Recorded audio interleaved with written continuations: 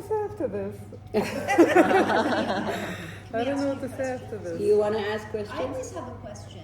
I Yeah. mean, how did you get? It's very rare. First of all, it's very difficult to get into veterinary school. Very difficult. Mhm. You're a veterinarian. Yeah. Okay.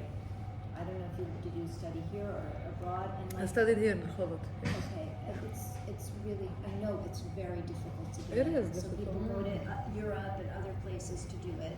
Yeah. And also, honestly, I don't know so many I don't know any other Palestinian veterinarian. I mean, how many? Oh, I know are so there? many. Really? Oh my God. Yeah. Well, you would. No, I don't. Yeah, so many. Yeah, first of all, there are many who studied here. Like now, I was actually, for a long time, there was no one until I started, but then somehow the door opened and many people started, so like Palestinian people studying veterinary. But also there's a school in Nablus, I think. So people study there veterinary and then they come to do the test here. Some study in Jordan. Yeah. So many veterinarians, many Palestinian veterinarians. We talk a lot about trauma Mm-hmm. and people's experiences with it. I guess I'm wondering, do you have a sense of how different animals may experience trauma, the undercurrent, the violence? It's a really good question. I mean, I think that really it's something that we overlook, the trauma of animals, and I think that it really varies. Like whether it's the wild animals or the pets that we have in our houses, it's a whole different situation, a whole different story. But I know that some of my friends have been looking at the traumas that the animals are carrying during this war, and like for me, the really interesting part is the wild animals. It's horrible. What's happening to wild animals and wildlife is horrible on all levels. Like seriously, both those that their homes are, you know, it's not only the war. Generally speaking, continuously, like, you know, there's less and less wild areas left,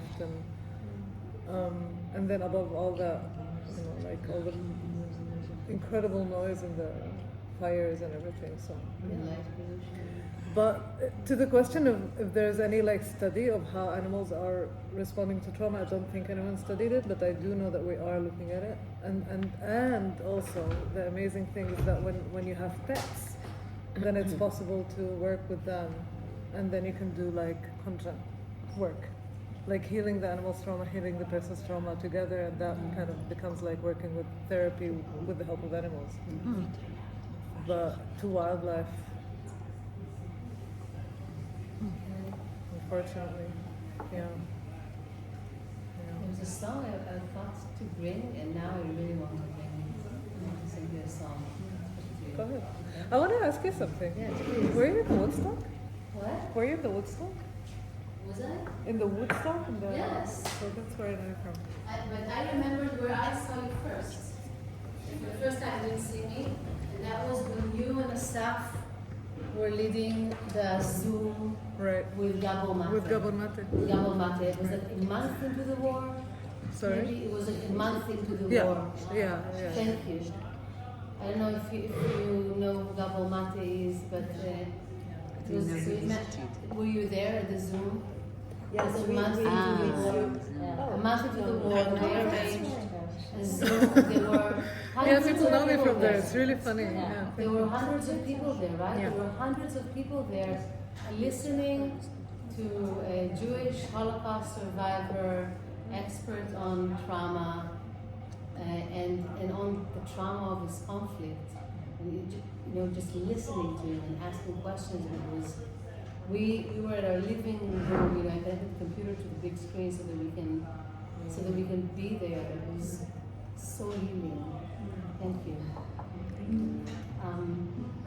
The song is about a month into the whole COVID shenanigan. I started reading my favorite apocalyptic novels just to get, you know. And one of them is The Year of the Flood by Margaret Atwood. Oh God. And within it there is a hymn book of God's gardeners. Because the story is about God's gardeners. It's about this group of people who are against the current, are really holding this vision of creation as a whole. And amidst all the separation, keeping this vision. So Creation as a what? as a whole, as one.